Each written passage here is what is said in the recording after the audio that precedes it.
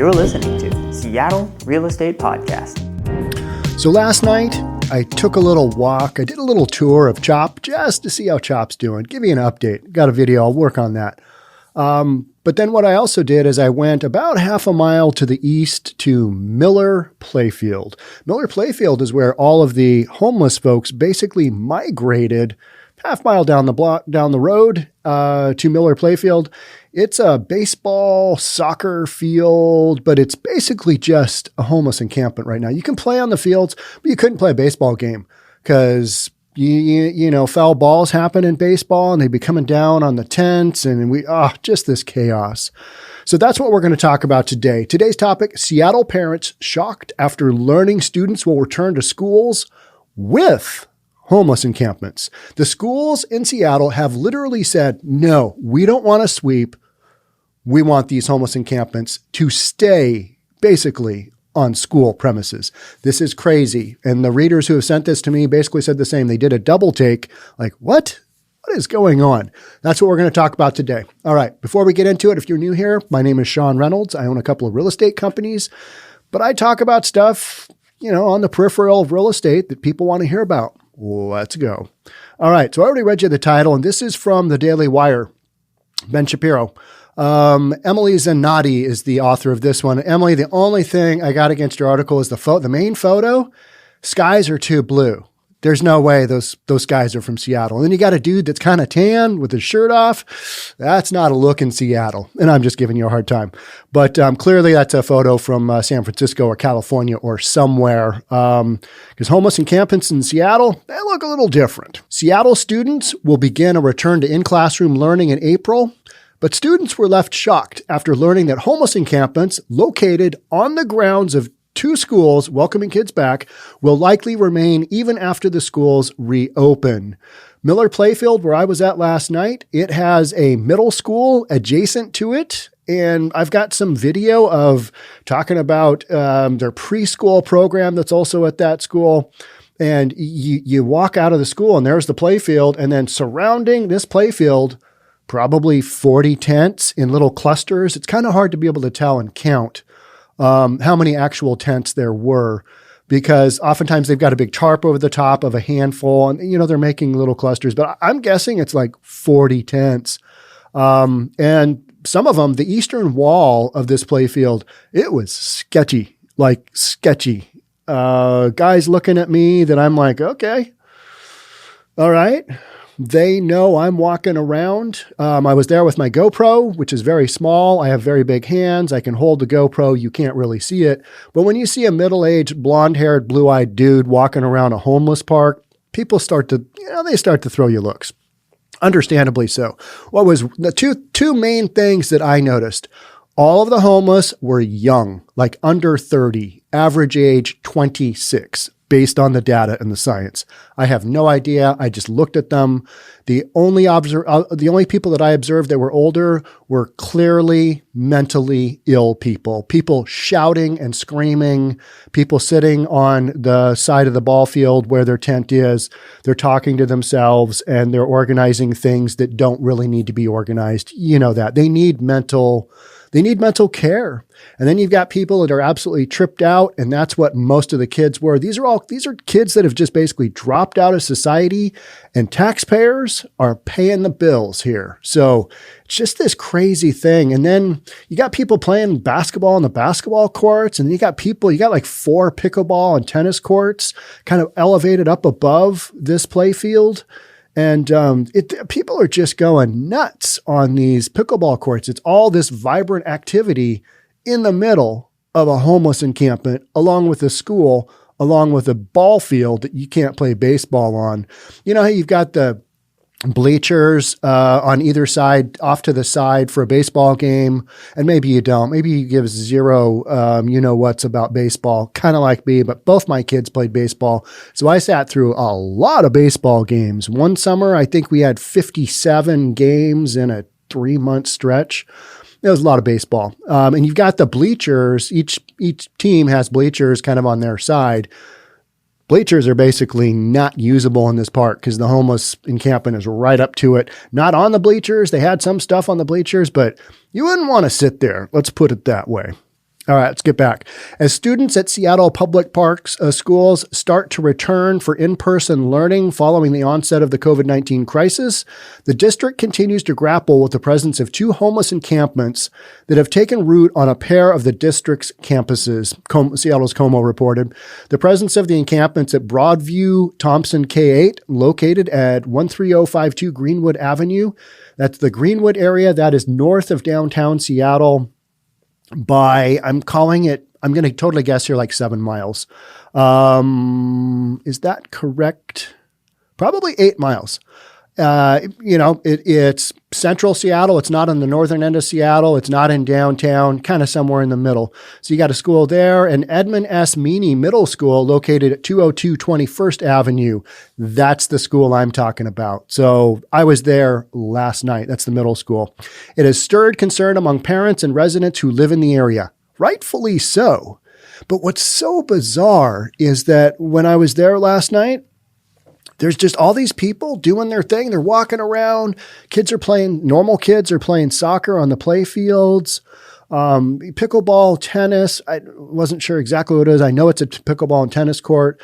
Kids playing basketball. And then you got the homeless kids walking around screaming. Literally, I saw that last night, and you're just left scratching your head. Garbage on the sidewalk. I've got video of all of it. So, I'm not just, some right-wing nut job conspiracy theorist like I mean, it's mind-blowing. You're kind of like, what? And so then this story basically is the school officials are like, no, we don't want to sweep out the homeless. I don't think they know who the homeless are. These are kids involved in drugs and who have mental issues, and they're kids. Let me make it really apparent. These are kids. And I didn't really realize this until I've read a handful. I read you guys stuff all the time. We talk about it. And sometimes I learn stuff when I go through, because then I am realizing, oh, hey, I didn't really recognize that. And I had a podcast a week or two ago, and I think it was a concerned parent or somebody who was like, yeah, in the old days, the parents would have just gone through and swept out the camp themselves and played some baseball. Not now. And 100% agreed. I wouldn't mess with those folks. There's some folks in there that guaranteed they've got outstanding warrants, guaranteed they've got weapons, guaranteed there is a criming going on. 100% guaranteed. So they bring that to the community, and the community's got to be like, what are we doing here? When's this going to get swept out? Particularly people with kids, right? I mean, don't they? Or is Seattle just one of these areas that's like, this is just what we're doing? We got homeless next to the preschool, next to the middle school, playing basketball, playing pickleball, playing soccer, playing baseball. And, the homeless are doing their criming as all this goes on. And we all just live, we're all in this together. I don't know. It's such a vibrant community, and yet you've just got these tents loaded up around the perimeter of this park. It's kind of crazy. It's like, what world am I in? Seattle, right?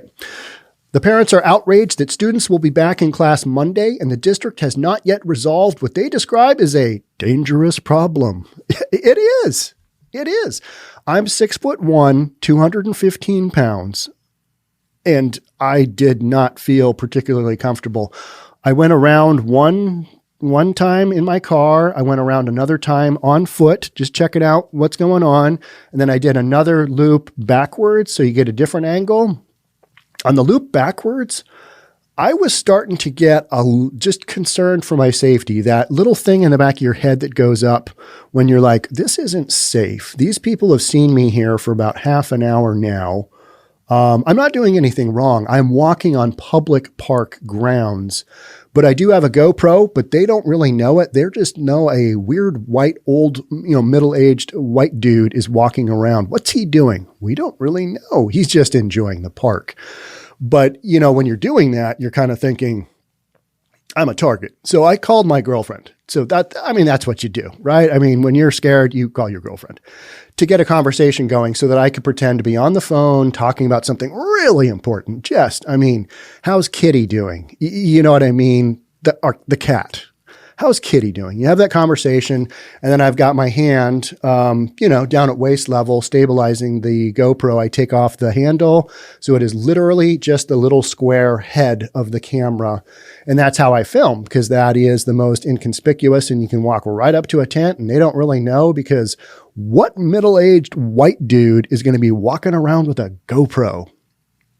That's my thought, and, for the most part, it works for me. Nobody really questions me, but I didn't feel comfortable, and this was a park with a middle school adjacent to it. That's kind of where I'm at, and I've been, I've covered this stuff, and I'm at these areas that they're sketchy. I mean, they're sketchy. So yeah, dangerous problem. In my eyes, it is, but apparently in the eyes of the people in Seattle, they're like, we can all get through this together. Until we don't, until one of those middle school kids, something bad happens to them, and then, everything hits the fan. And it's like, I can't believe this has been happening. This is an ongoing problem that should have been resolved long ago. But literally, we're in that run-up phase right now to that. We got everybody out of Cal Anderson Park at CHOP. They all went to Miller Park, which is one of the schools I'm talking about in this thing. And it's not going to end well. That's how I see it. Parents and residents want the homeless encampment removed. Shocking. I can't imagine why. They told local media, not simply because special education students are returning to in-person learning on the two campuses, but because the homeless encampments have become a frustrating problem. They just bring an element that isn't conducive to young kids learning. That's the bottom line here, right? And if you're a parent, I would be pissed off. I would be out for blood. Hey, my kid's got to learn at this. This is a school. What are you guys doing? Get these other guys out of here. This isn't where we should be. And I'd be that with anything that would impact my kids' learning. I'd be like, I'm not sending my kids there. No, you got to protect my kids. I don't want my kids walking around like that. I'm 52 and kind of big. I don't want to walk around there. I certainly don't want to have my kids walking around there. That's where I would be at. Neighbors have been calling on Seattle Public Schools for months to remove the camp, and they say that has brought increasing problems to their neighborhood. So the homeless kids are doing a lot of drugs, and they've got to fund their drug habits somehow. How do they do that? They steal shit, right? I mean, let's be honest. That's what they do. And they pawn it. So you're going to have problems in those neighborhoods. And one of the reasons I went over there last night to check out this park is one of my kids who typically says, the homeless encampments, they're not that bad. He's lived on First Hill, which is probably one of the tougher areas early on with a lot of homelessness going on. I remember visiting my son, this is my 28-year-old son, and he was probably, I don't know, was he 23, 24 at the time when he moved out to his first apartment on First Hill, which, needles on his porch, homeless dudes. He wake up, have to, get past a homeless dude sleeping in the porch of his condo, that kind of thing. And so he's kind of grown up with that Seattle culture. Lives on the east side now. Shocking, right? Just a few years. He did First Hill in Seattle, which is kind of by Capitol Hill. And then he did Lower Queen Anne. Could see the Space Needle from his place. That was cool. And then he got to the point where he's like, I don't want to be in Seattle anymore. I'm moving back to the inside, to the east side, where I live, where I grew up, where Kiernan grew up and he lived and grew up. So it took him a very short time to go, I need to live somewhere else. But he texted me yesterday and said, Miller Park is bad. And normally we would argue about Denny Park, which just got swept out. And he would say, it's not that bad. And I've had others of his friends say, I run through there every day and it's not that bad. 60 tents, it's not that bad. Well, next to a school, I draw the line. So I've been telling him, hey, Miller Park is bad. So that's one of the reasons I went there yesterday is one of my kids who normally would say, it's okay, said it's bad. And so that was my cue. All right, this is not good. In February, they say a woman died of an overdose in the camp. Not shocking at all. Which neighbors contend has become a hotbed for illegal drug activity. Because that's who the homeless people are. They are young people addicted to drugs.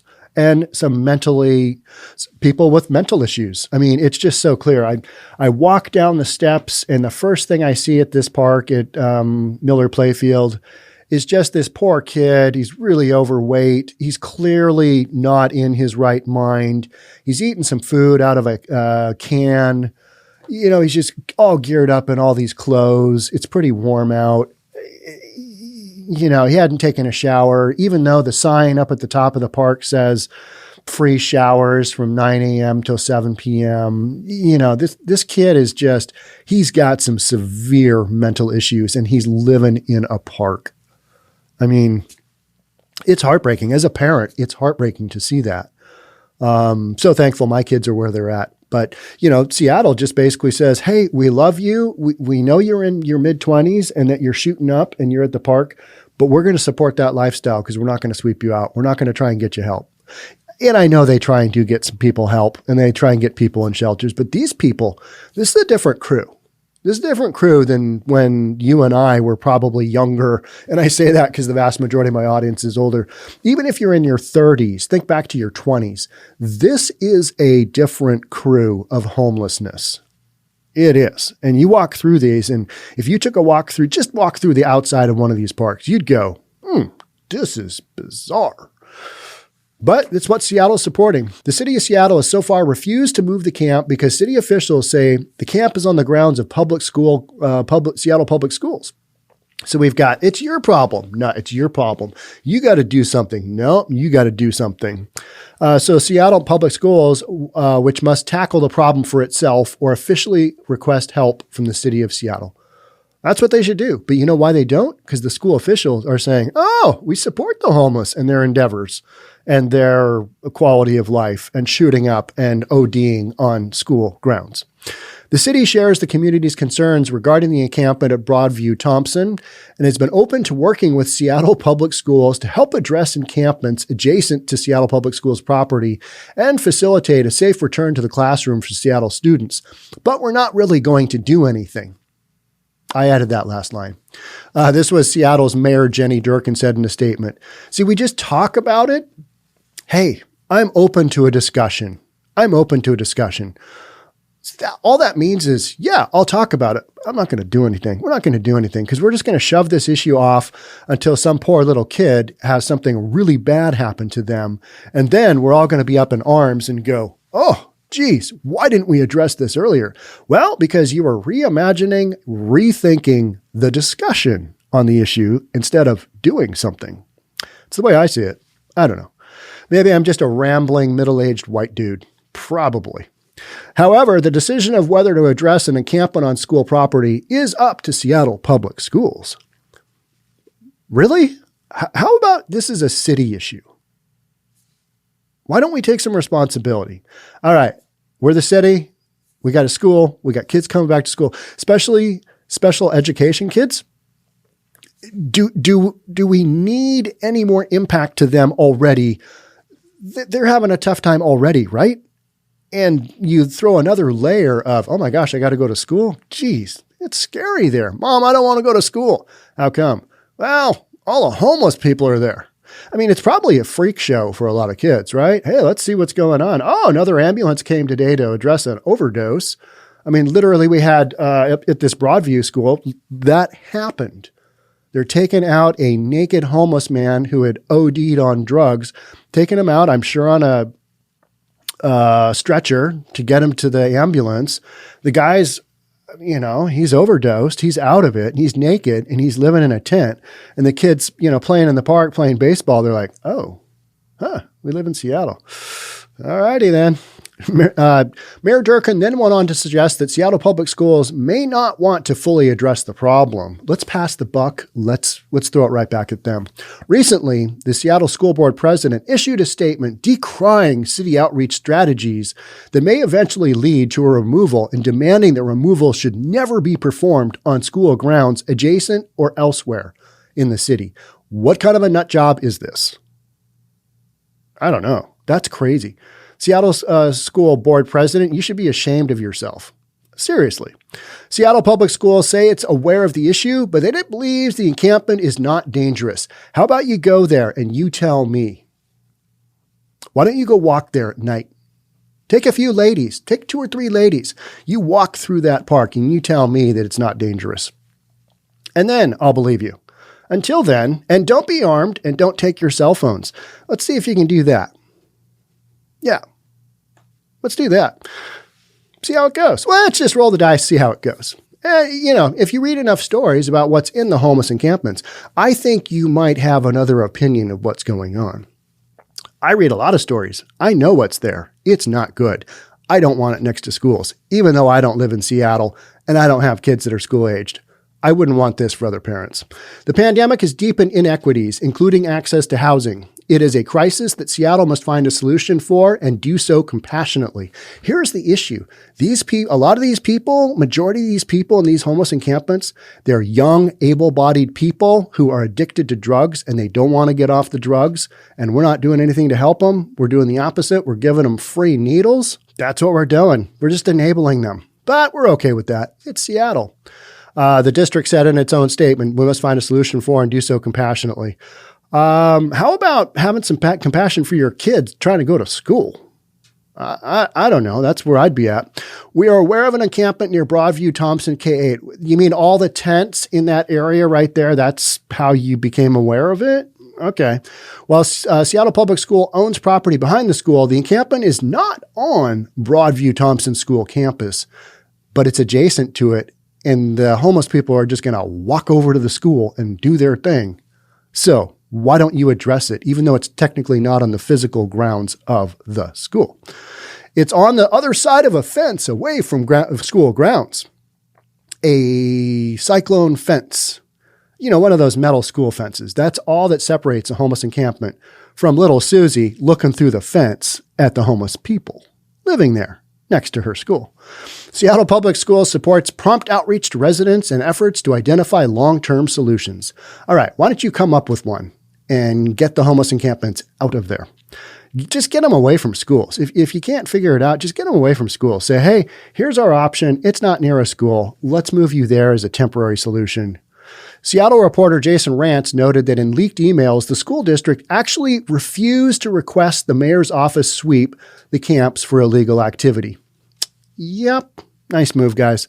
Members of the school board demanded the mayor's office not sweep dangerous and growing homeless encampments on 2 school properties, Rantz reported Tuesday. Jason Rantz had a great video that I watched, I think, this last weekend. He did the exact, so I copied him. Let's be brutally honest. I copied Jason Rantz by walking around this park, getting some footage. That was good footage, Jason, by the way, but it must have been it was probably really early in the morning because, there was nobody stirring in the tent. So I think you were there really early. You were there during hangover time. I was there early evening because I wanted to get a little bit of activity. I wanted to get a feel of what's going on. Seattle School Board President Chandra Hampson and Director Zachary DeWolf tried to stop Mayor Jenny Durkin's office from sweeping encampments near Meany Middle School on Capitol Hill. That's the one I was at last night, and at Broadview-Thompson K8 in Bitter Lake. They're stopping the sweep. It blows my mind. It blows my mind that this is going on. I want to state very clearly that this is not an ask for a sweep. I do not believe in sweeps. Maybe you should, DeWolf said in an email. People experiencing homelessness need housing and resources, not traumatic sweeps of their livelihoods and belongings. All right, let's talk about their livelihoods. They're shooting up drugs in tents next to a middle school. Are you okay with that as their livelihood? If you are, then keep doing what you're doing, and the repercussions will come. I understand that the council has allocated and assigned a lot of funding to support our neighbors experiencing homelessness. Check out who our neighbors are who are homeless. That's all I ask. Go see for yourself. You tell me. You tell me what conclusions you have. These are not old people that are down on their luck, that have fallen through the cracks of society. These are people making a choice to live in tents in our parks, doing stuff they shouldn't be doing. DeWolf then asked for support from the city to handle the critical issue. But we do need some support. We are bringing students back to classrooms and school building campuses in a matter of a few weeks, DeWolf said. Do you have any ideas for how to help? Yeah, move the tents out. But that's just me. I'm a business guy and I'm all about solutions in that I understand that that is an issue, It's a real issue in my personal relationships because when somebody starts to just bring something up, I immediately create a solution, just Johnny on the spot. Well, just do this, just do this. And you know what? A lot of times it's not what the person's asking for, but that's what I give them because that's what I do all day. And I'm just so conditioned to doing that. So when I throw out solutions, maybe they're good solutions, maybe they're not. But in this one, it seems like it's pretty obvious that this is what we should be doing. And yet people are like, no, that's not compassion.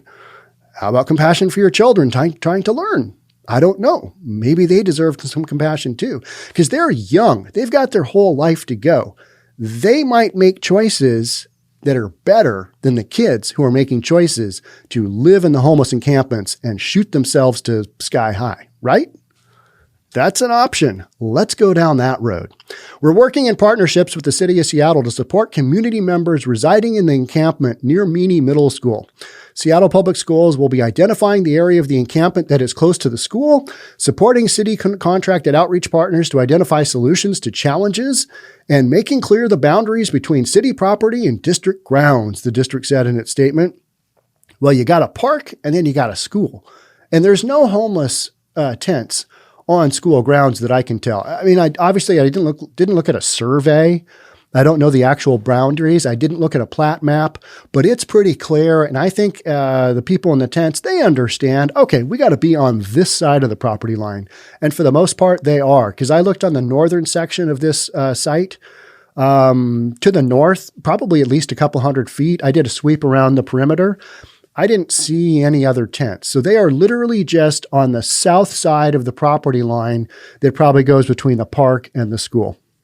That's my total guess. If I'm wrong there, okay, but that is what, based on observation for me walking around this place, that's what I saw.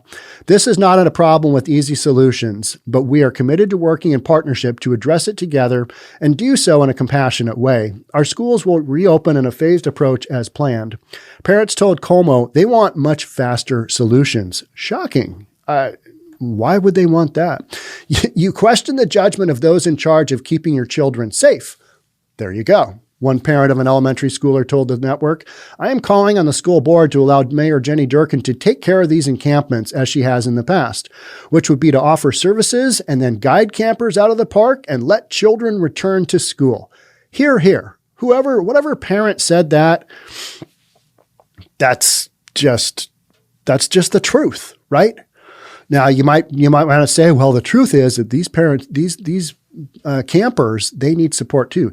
Yes, they do. Not next to the elementary school. So this will happen. This will happen very soon. I will go over there. I will cover it.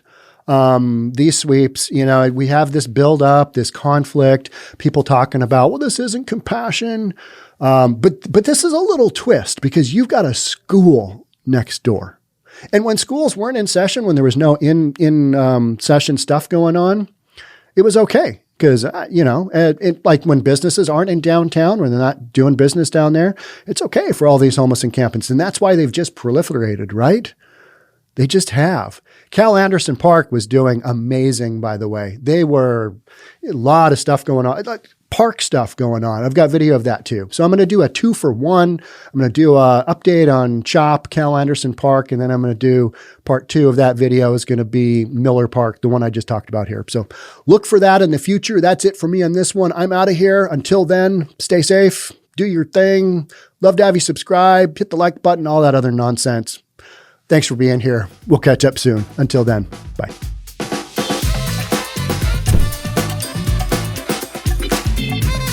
Don't forget to subscribe to our channel and hit the notification bell so you'll know when our next video is out.